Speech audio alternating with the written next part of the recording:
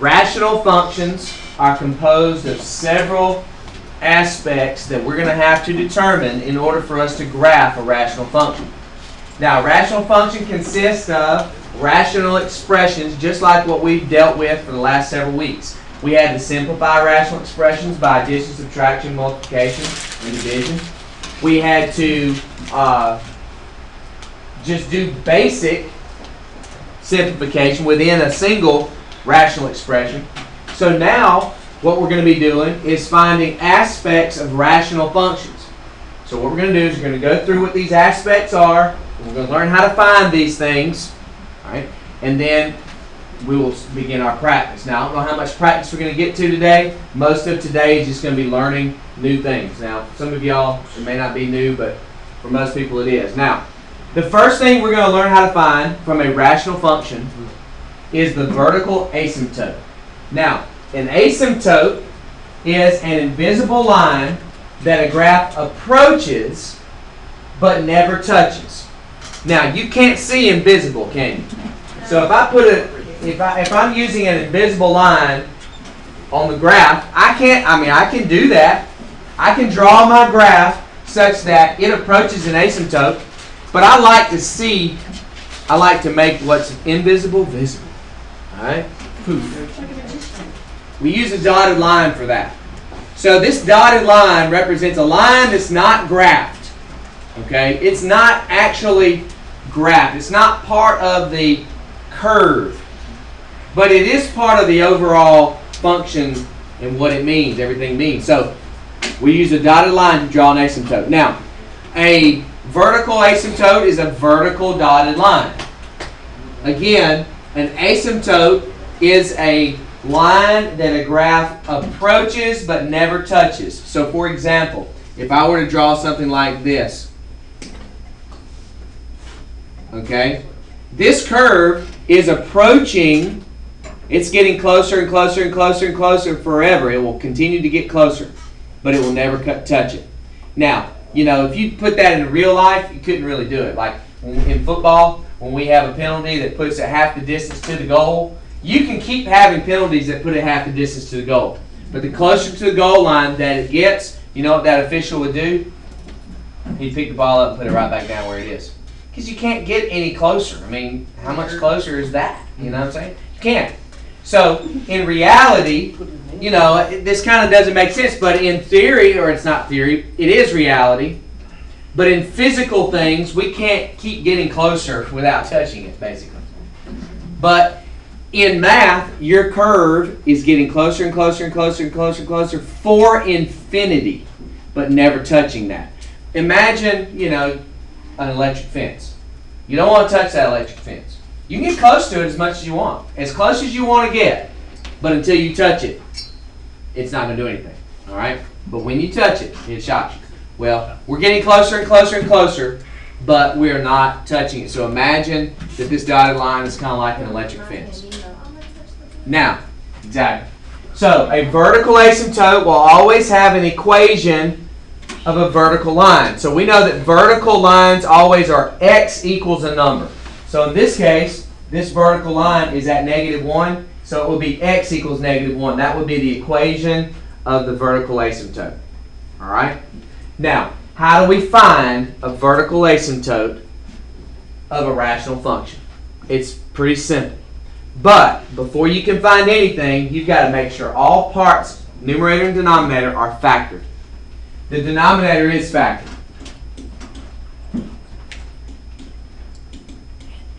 It's already x plus 2, x minus 3. But is the numerator factored?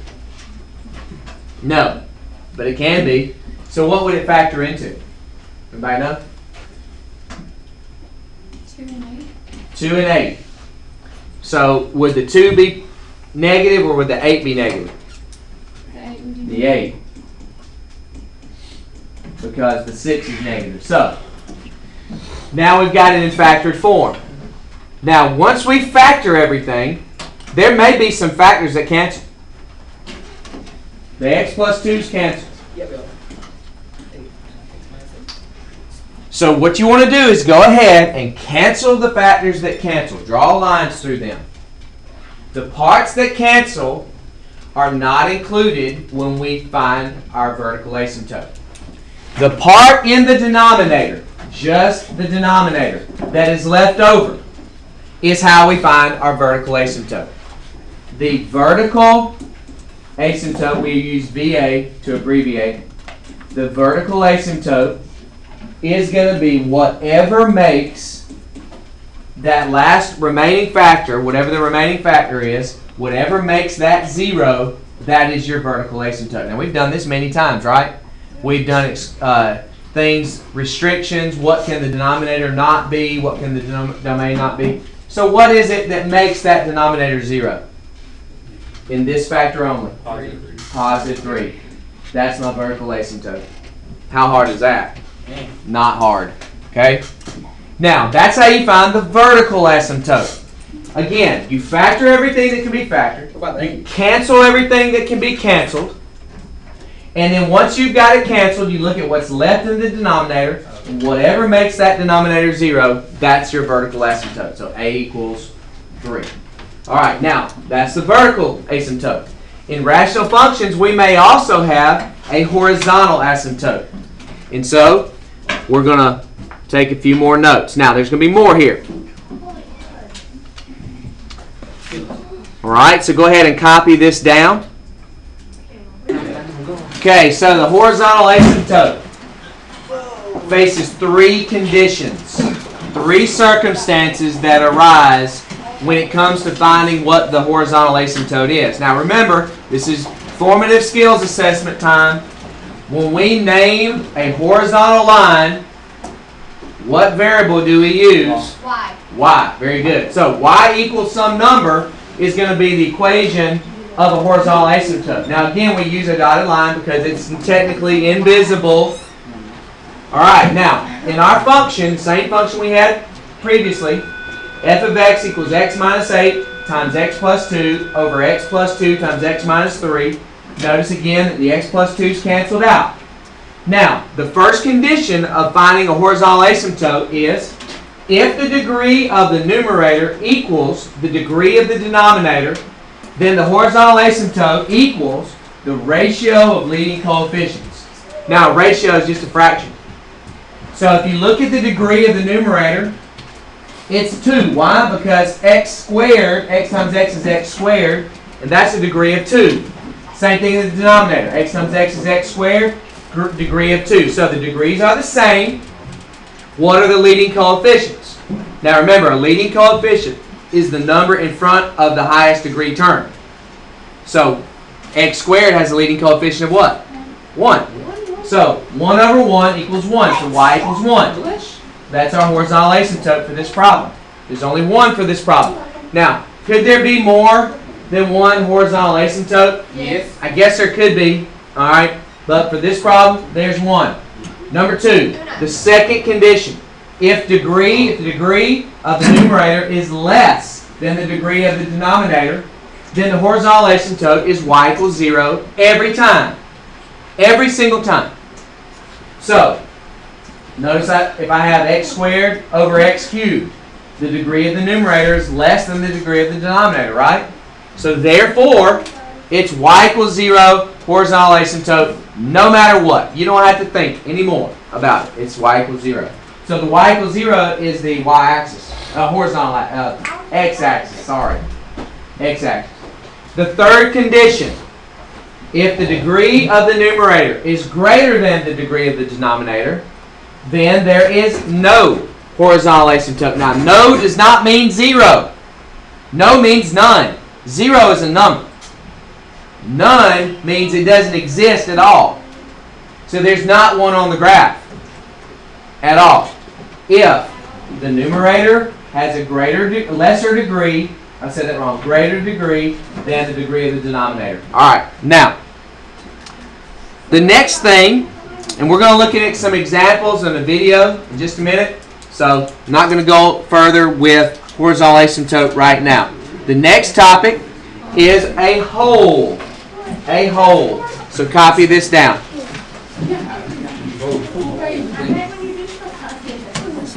Okay, so the next thing that we need to be able to find in a rational function is a hole.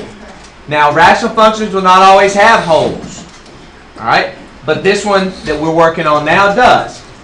A hole is simply a point of discontinuity. An asymptote is a line of discontinuity. A hole is a point of discontinuity. Now, discontinuity means the graph is discontinuous at that point. All right. In other words, the graph's moving right along, then all of a sudden there's a blank, and then it keeps going. That blank is a hole. Now, that hole is a position in space. We draw a circle to represent the hole, but it's really just a point. All right. Now, in the graph, in the function rather, that we are talking about, we have seen that the x plus 2's will cancel out. When it comes to finding a hole, look at the parts that cancel out. That's the part that's going to tell you what your hole is, or holes are. In this problem, the x plus 2's cancel out. Now, in determining the coordinates of your hole, because we're going to have coordinates, it's a point. The coordinates of the x value coordinate, is whatever makes the part that canceled out equal to 0. So what makes x plus 2 equal to 0? Negative 2. So negative 2 is the x value of our hole. Now, we're not done. We still have to find the y value. Here's how you do it. You're going to take that negative 2 and you're going to plug it into the rest of the function. Not the parts that cancel, the rest of it. So what's the rest of it? X minus 8 over x minus 3. So you're going to have negative 2 minus 8 over negative 2 minus 3. What does this simplify to? Negative 10 over negative 5, which simplifies to 2. Is it? So our hole is negative 2 for this particular function. Okay? So that's all it is to finding a hole. Now, will you always have a hole? No. Because in some functions, nothing cancels. If nothing cancels, there's no point of discontinuity. You might still have some vertical asymptotes, more than one vertical asymptote or horizontal asymptote, but you may or may not have a hole. All right, the next thing, and these two things kind of go together, are domain and range. Okay, what I have graphed here, and this is in addition to what maybe the screen had a minute ago. What this is the graph of a rational function with a vertical asymptote and a horizontal asymptote. Remember, the dotted lines represent the asymptotes. These are the lines that the graph approaches but never touches. That's why I've drawn it like this. It looks like it's getting close to it, but it doesn't actually touch it. All right, now, I've also got the parent rational function over here on the wall. 1 over x is the parent. That's where all rational functions come from, the function 1 over x. All right? So the function we have over here is a little different than 1 over x. It's a little advanced compared to that. This particular let me say this, the function we've been dealing with is a little advanced from the parent. This particular function is not the function that we've been dealing with. This is just an example where we have shifted from the origin. So we shifted up 2 and to the right 2 from our origin. All right? So if I was making that change over here, I would have 1 over x minus 2 plus 2. That would be what that function is based on the shift that I've made. Now that's something else. That's down the line. We'll get there later. But what I want to point out to you are what the domain and range are for a rational function like this. There are parts to it. Now, how many parts are there to this graph? The graph's in red. How many parts are there? 2 parts. There are 2 red parts, right? Don't count the asymptotes. There are 2 red parts. So our domain is going to come in 2 parts, And our range is also going to come in two parts. So let's start with the domain. Now, you should know that the domain consists of all of the x values of the graph. So, look at the far left portion of this graph. How far out is this thing going? Infinity. So we're going to use what's called interval notation. I'm not going to take the time to do the other type. I did with the other class, but I think we're going to focus on this. Interval notation uses parentheses or brackets. Okay? Sometimes it uses parentheses and brackets together. And that's what this one's going to do. Alright, so the domain for this graph in interval notation is going to start with negative infinity. Okay? Because it's going to the left forever, right? But that's just the left side. That's just the left portion of the graph. Now, as the graph goes to the right, what is it approaching? What value? What x value? 2. It's approaching 2. Will it ever touch the 2? Negative. No. So we're going to use another parentheses, not a bracket. Bracket means it does touch it. Bracket means it includes it. Now, is that the only portion of the graph that we have? No. Got another part. So what we have to use is what's called the union symbol. This symbol looks like a U. It's technically not a U. It's a symbol that means union, when you're putting things together as one thing. So, union. What is the other part of the graph? Well, what's the left part? It's approaching what? 2. Parentheses. 2. Alright, what is it moving toward on the right? Infinity. To infinity.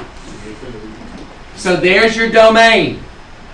The domain of this particular graph is from negative infinity to 2, union 2 to infinity. Now here's the thing. If you've only got the one vertical asymptote, wherever you leave off on the left side, you're going to pick up on the right side. You pick up with the same thing. Now if there were 2 vertical asymptotes, it wouldn't be that way. Because you could have this. You could have 2 vertical asymptotes. You could have 1 horizontal asymptote. You could have a graph over here. You could have a graph over here. Okay? So it would stop here, but it would pick up over here. So there may be some separation. But if there's only one vertical, wherever you end with, wherever you leave off, you're going to pick it up with the same number. All right. Now, the range. The range is the set of all y values. So the range is going to go down forever, right? Starts by going down forever. So how would you write that? Down forever. So you're going to have negative infinity. And then it goes up to what? What is this value? 2. But it's not an x2, it's a y2. It just happens to be a 2. Alright, but then you have this, the upper part of the graph. So we say union. And where does it pick up? 2. It picks up with 2. And where does it end up? Infinity. Now, these just happen to be the same. Is it always going to be that way? Not very often. Okay? Not very often. Just, I don't know why I did that way. But that's what domain and range is going to look like for rational functions. Now, we're not going to be practicing this today because we don't have really enough time. We're going to see some more videos. And then next week, we'll get into the practice of all this stuff. All right, so I'm going to stop it here. But